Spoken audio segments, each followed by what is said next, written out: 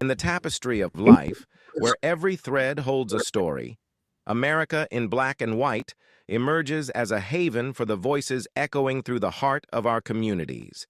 In this podcast, we wade through the rivers of our collective experiences, celebrating the vibrant hues of change brought forth by the whispers of hope and the roars of action. It's more than just a conversation. It's a journey into the heart of our society, illuminated by the light of those daring to dream and do. Join us, and let your voice be the melody that guides us toward a dawn where every color finds its place in the masterpiece of our shared destiny. Together, let's paint a future brimming with the positives that dwell in our minds and the actions that shape our world. There is a question that has haunted American civic life since the founding of this republic. A question we dress up in the language of policy and budget cycles and institutional priorities, but which, at its core, is a moral question of the most fundamental kind. Who gets in?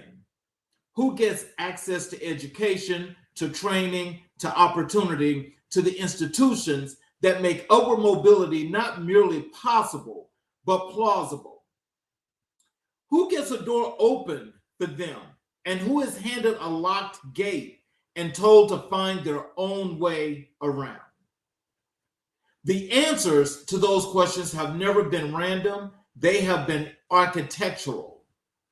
They've been built into zoning maps and school funding formulas, into admissions criteria and hiring practices, into the very geography of cities like New York, where a 10-minute subway ride can be the distance between two entirely different Americas. And nowhere is that architectural inequity more visible, more documented, and more defiant in its refusal to be defeated than in the borough of the Bronx. The Bronx is one of the most misunderstood places in America. For decades, it has been shorthand for urban failure, the burning buildings of the 70s, the poverty statistics, the crime narratives that a certain kind of journalism never tired of repeating. But the Bronx is also the birthplace of hip hop, one of the most transformative cultural movements in human history. It is home to communities of extraordinary resilience, of immigrant strivers, and generational New Yorkers who have built beauty and meaning and family and faith in the face of chronic disinvestment. It is a borough where educational opportunity is not a given, where it has to be fought for, lobbied for, built institution by institution, program by program, student by student, and that fight, that daily, unglamorous, consequential fight, is what I want to talk about tonight.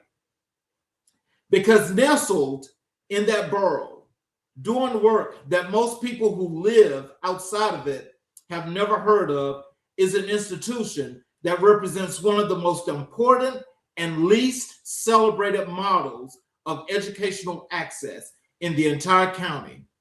The SUNY Bronx Educational Opportunity Center. Educational Opportunity Centers, EOCs, exist to do the work that the traditional higher educational pipeline was never designed to do. They serve adults who need a second start. They serve people for whom college was never an option the first time around. They provide workforce training, high school equivalency preparation, allied health education, computer skills, instruction, college transition support, and the kind of holistic, human-centered guidance that bureaucratic institutions so rarely manage to provide. They are, in the truest sense, the bridge between the America that exists and the America that is promised, and the bridge is built every single day by people who never stop believing that the crossing is worth it. I want to talk tonight about second chances because second chances are not simply feel-good stories. They are a moral and civic necessity, the willingness to create genuine pathways for people who have been incarcerated, who have been pushed out of the workforce, who have been written off by every institution that was supposed to serve them. That willingness is one of the most radical and necessary acts of community leadership available to us. It is also one of the most economically rational.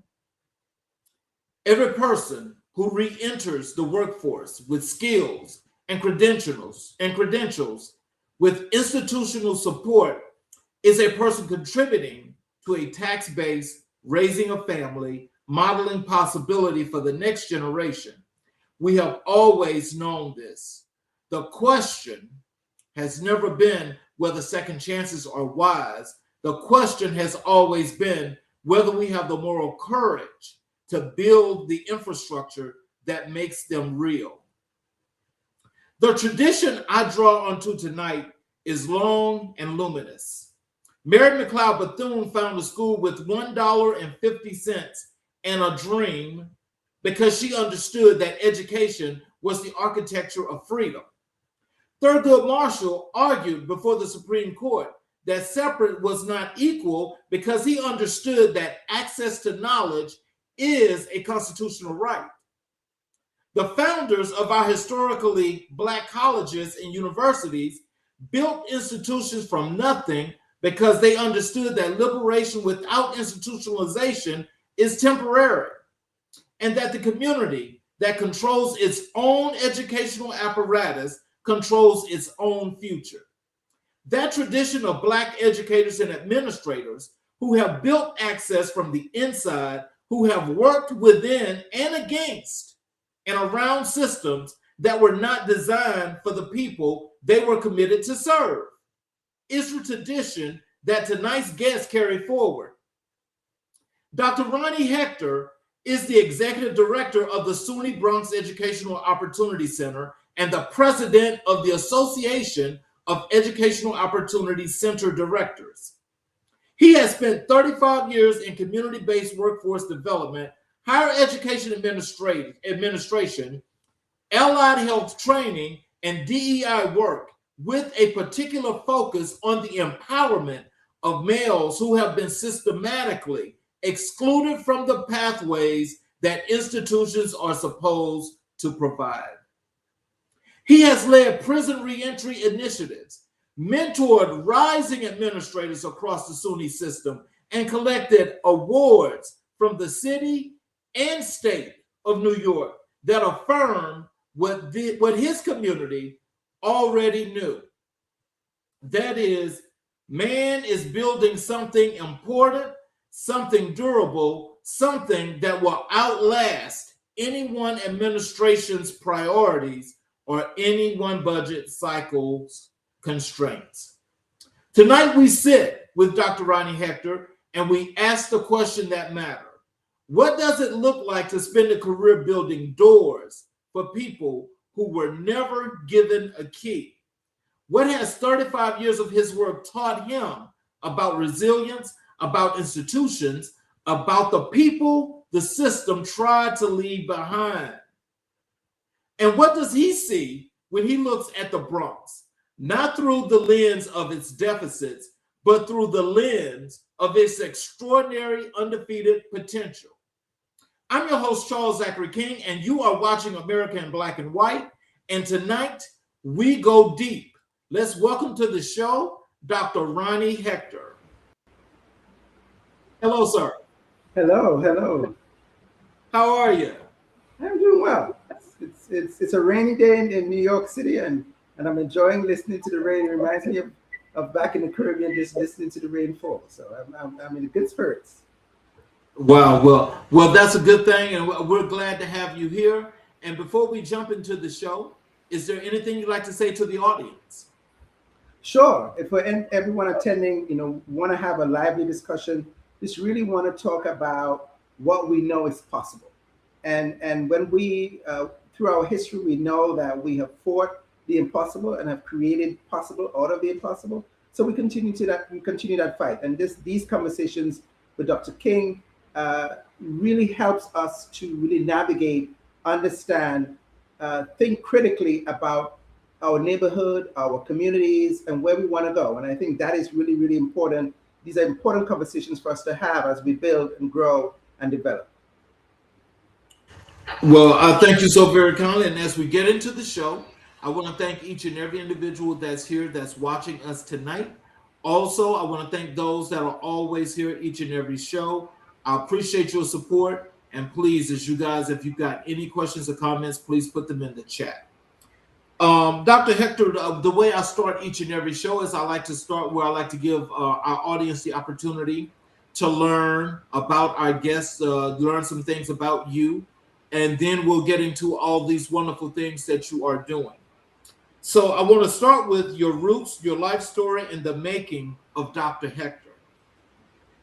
Take us back to the beginning, the community, the household, the world you grew up in. What was the landscape of your childhood, and what did it teach you early on about who gets opportunity and who has to fight for it?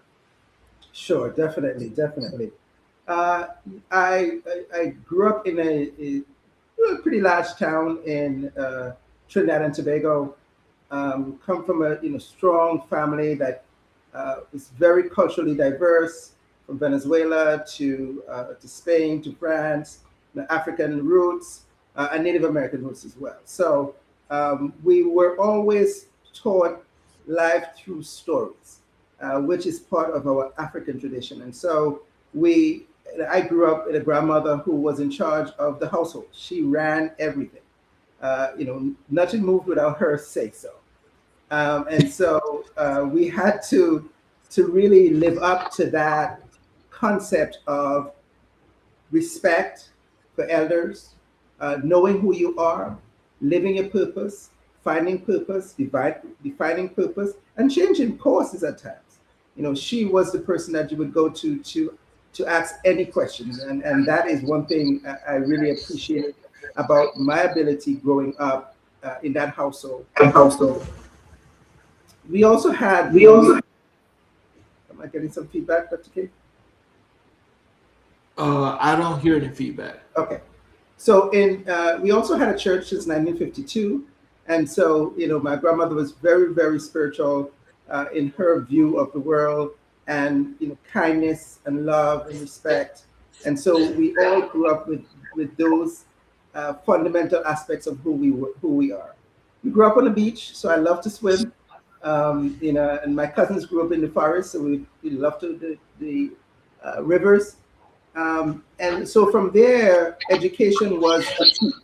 So my grandmother never went to school. My mother had formal education in terms, but not higher education.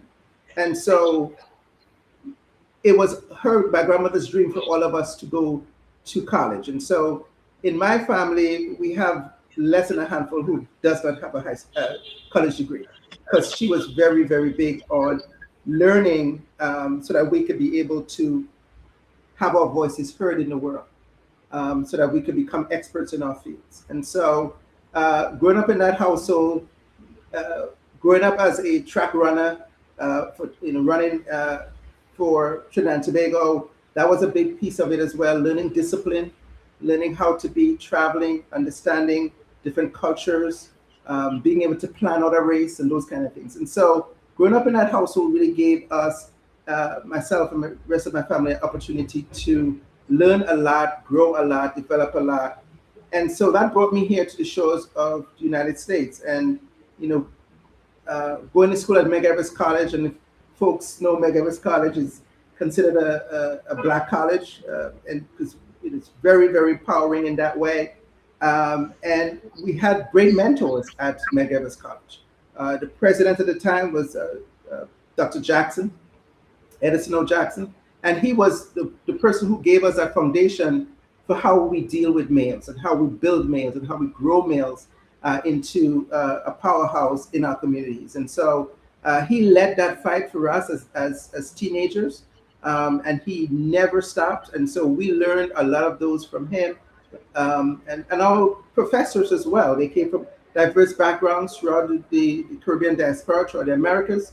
And we learned a lot from them in terms of who we were as a people, who we were as a person, and how powerful our voices are. And so that is sort of really what shaped my worldview and my understanding of the world, because I had great people along the way to help me, to my grandmother, the president, President Jackson, and others who were there to really sort of really help shape me as well. My mother traveled, but my mother is one of the greatest, lovingest person ever in the world.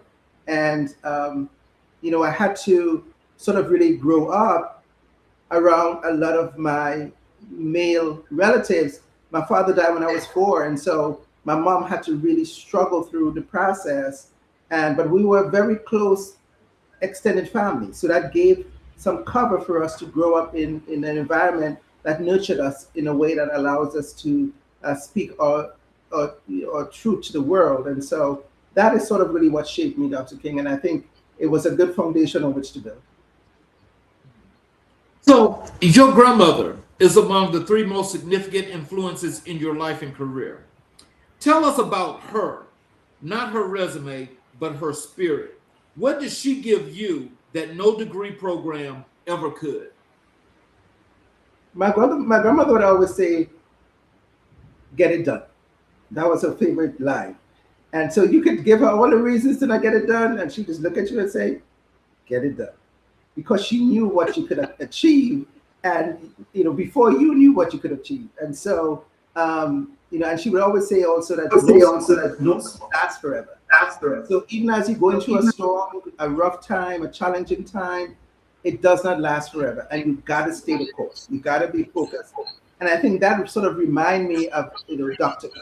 King and all the other freedom fighters staying the course, because it could get rough and it could get tough, but you have to stay the course, because at the end of the day, you have a purpose and you want to achieve that purpose. So she definitely gave me those rebellious aspects of myself come from my grandmother.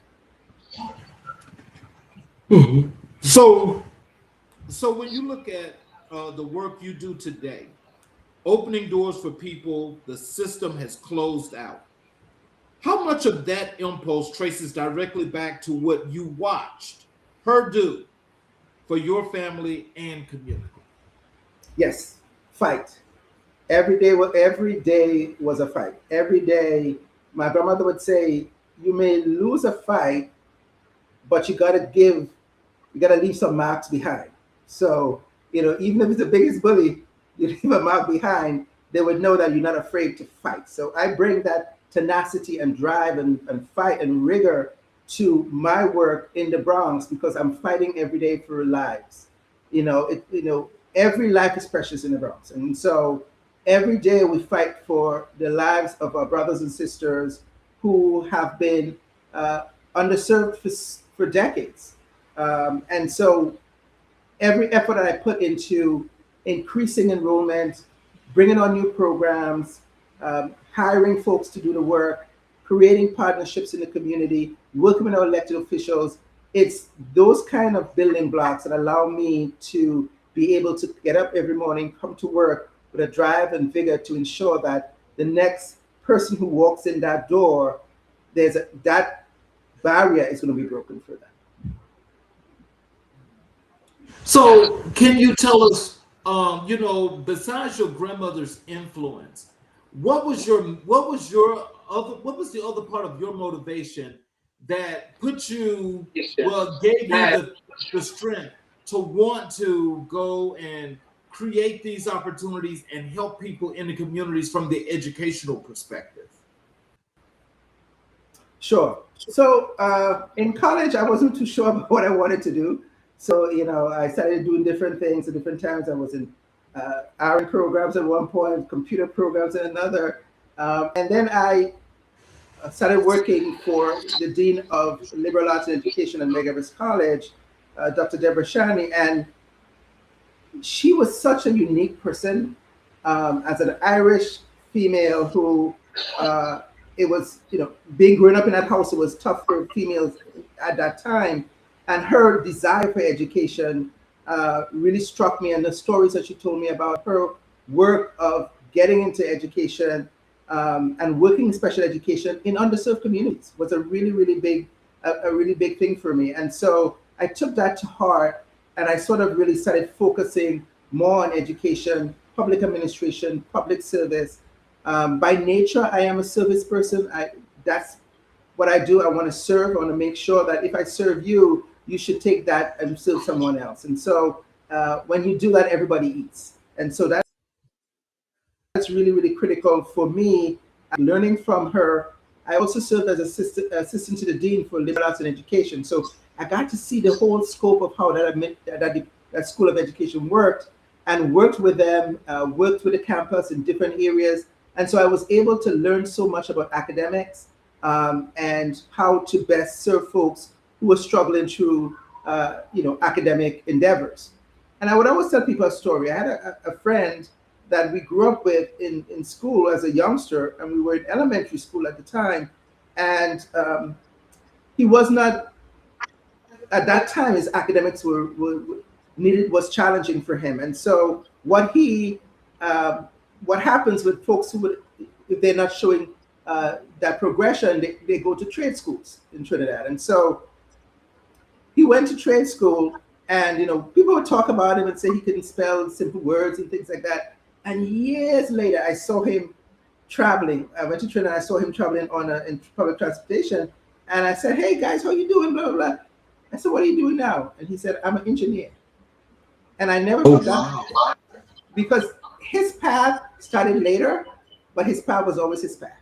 And so that is one of the things that I certainly bring, that yes, you may have committed crimes, went to prison, you may have not take your academics seriously, so now you're in that space where you need to grow and develop now in the academics, or training or workforce development, whatever it is. But that's okay. We're here to support you. We're here to give you the tools you need to make a difference in your life. And what we do at Bronx EOC is generational. We're not only focused on the individual that we're working with, but we know that if we get it right, the next generation is going to benefit from it. Oh yes, most definitely. What was the moment, the specific visceral moment, when you realized that education was not merely something you were pursuing for yourself, but something you were called to build for others? Yes, definitely. Good question. I had great mentors, and so I wanted to be a good mentor for folks. I wanted to learn the business of education. I wanted to learn the science of education, and I wanted to be able to take that knowledge and impart that into others. And so at that point in time, my family always jokes that I've never not been in school.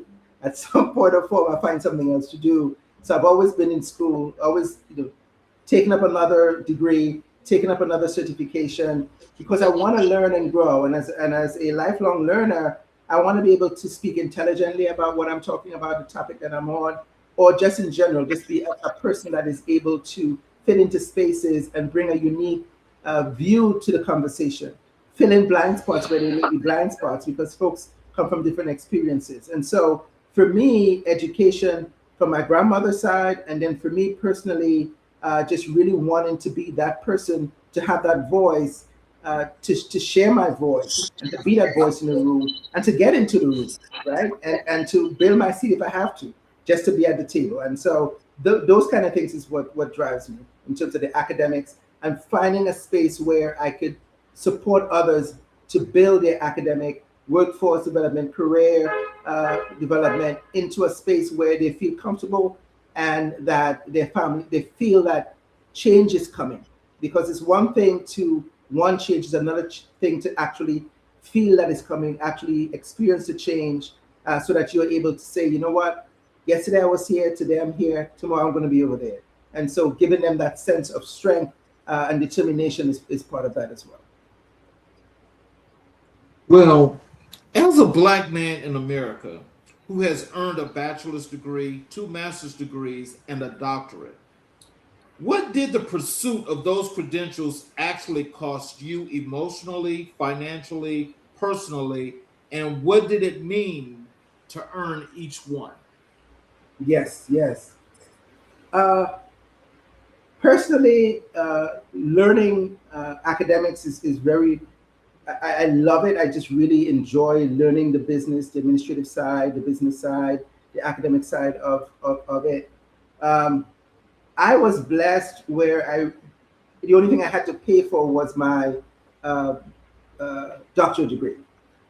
So we had, in college, I worked for the college, so we got our tuition paid, and then my master's degrees, they were paid for my grant programs, and things like that. So, but I think that sort of really helped me to keep pushing, keep achieving, because I had the opportunity, the financial opportunity to do so. And that's one of the things that people talk about education and the cost of education and how high the cost of education is. And so it shows me that if somebody gives you the opportunity in terms of the finances and be able to provide those finances for you, people will go to college. And so that's sort of the challenges that I know that we have to address, is that high cost of college and providing opportunity for folks to go to college that would allow them not to come up with that expense. So, can you tell? Because now, for one thing, I got to say that the things that you have actually accomplished, I think, are really, really wonderful. And I mean, they're really, they stand out because it shows the acceleration and the growth in you as the individual that you are. Can you tell us that in that whole entire process and being part of that 5% of Black educators, Black male educators in America, and to be accomplished and to get the results that you get, what does that mean to you? When I defended my dissertation, the first thing I did was give praise, and then I thought about my grandmother, and I wish that she was here. I wish that she was here to see all the hard work that she has done. I called my mom right away, told her about it. I am the first Black male in my family to have a doctorate degree. We have females in our family that have doctorate degrees, MDs or PhDs. And so being the first male, I always want to show that pathway for my male cousins and nieces and nephews. And so that is something that we take great pride in our family. If we gather together, as I said, the majority of us have degrees. And so it's important for us to reduce that stigma that to the history of the United States, that we couldn't learn, which is totally false, because we knew how to plant and we knew how to grow and what season to grow and how to till the soil. So all those things are education in itself. And so just to sort of really continue to fight that we've always had in this country, that we are worthy of the respect, that we are inventors and creators and teachers and really impact this country and the world in the things that we do in academics or just in our natural learning experiences. And so I think that is what is really pushing me to be better and grow more. It's my grandmother's in my mind, my family structures in my mind, and building generational structure is something that I want for our family. So if we build this academically, we know that we're going to get financial growth and everything out of it, and that sets up the next generation. So they could grow and become more economically sound, upward mobility for them. And so that's why I think education is generational. If the little things that we do as a generation really impacts the generation to come. And we know the negative numbers. We've heard the negative numbers. if you went to jail, if you're living in this zip code, but we could change that.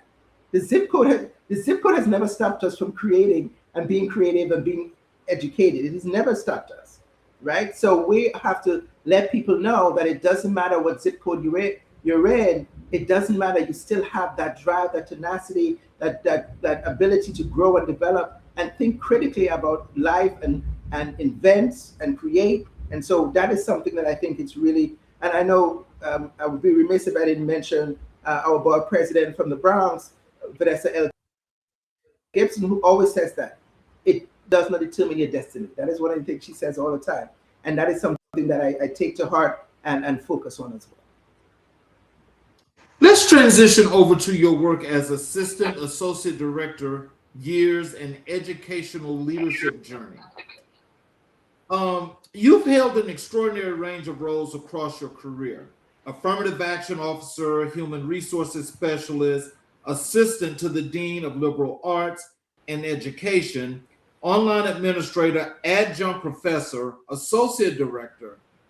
Looking back, which of those early roles taught you the most about how institutions actually work versus how they claim to work? Yes. This assistant to the dean of liberal arts and education, I think, gave me a great opportunity to learn because I had a great supervisor, and so she would teach me the business, and she would talk to me about how to look at things, because I'm so on President Clinton committee on education, and so she would always fill me in of what's going on, how to build inclusive learning environment, creating learning communities where people grow and learn together, and feed off each other. And so that experience working in that space really gave me a good eye for education, and education could be used, if it's used in the right way, to build a strong academic base in our community. In college at Medgar Evers College, I served president of public administration and political science, and so it was the most powerful club on campus. And so we had opportunities from, for example, we brought the first Aborigine to be elected to government from Australia he came to the UN. The UN called and asked if we wanted to have him host, because they go around making money doing hosting and doing different things, lecturing and so on. And so we were able to bring that person to Medgar Evers College to talk about his experience being the first Aborigine in elected office. Father Michael Lapsley from South Africa. He was in a Truth and Reconciliation Commission. He came again from the UN, and we brought him in to talk about his experience. And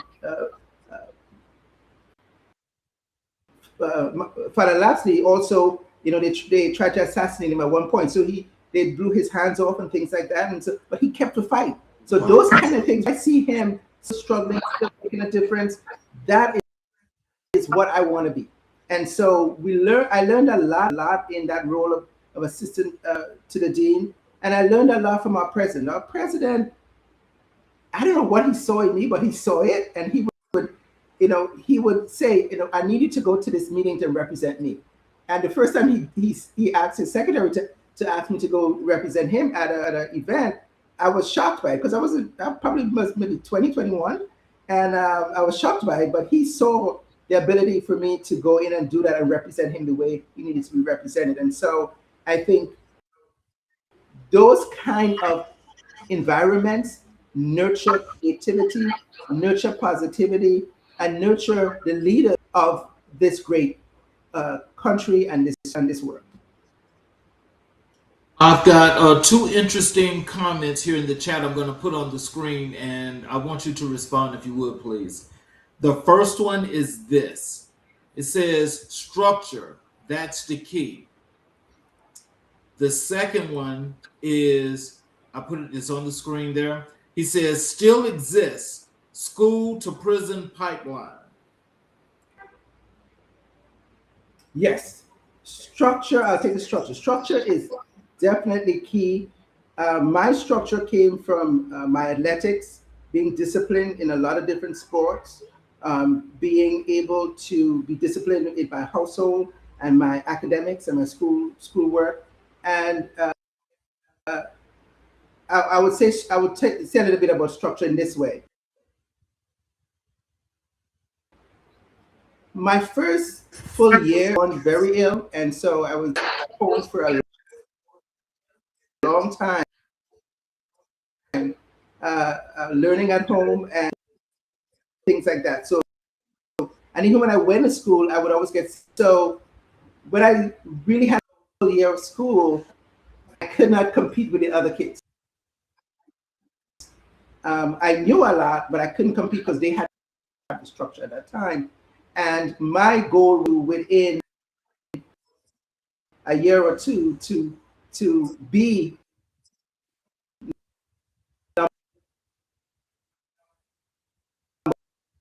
one in those classes, in terms of exams.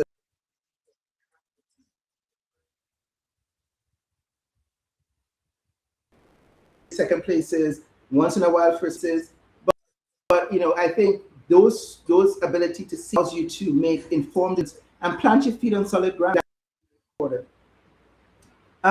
And the prison, that is just another way of controlling the wealth of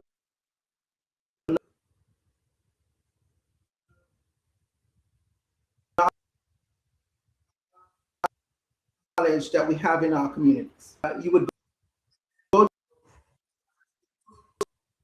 to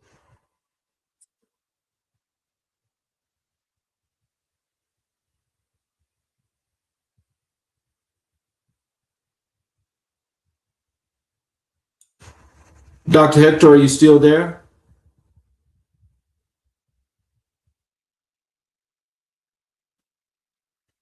You froze up and now we can't hear you at all.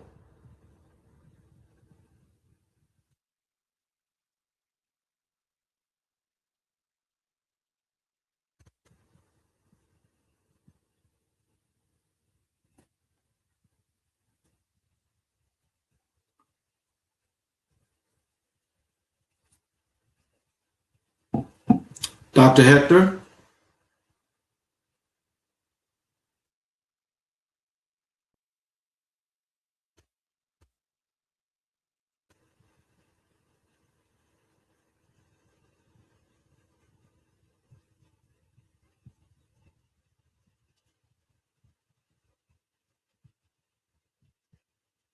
Okay, looks like we have lost Dr. Hector.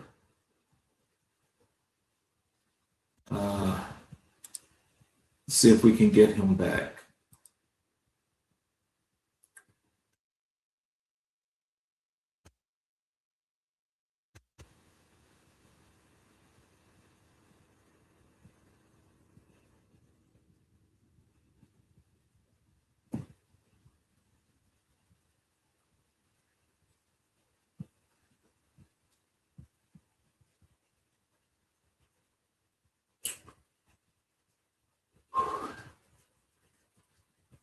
Give me 1 second, y'all. Let me see if I can get Dr. Hector back. If not, we may have to close the show.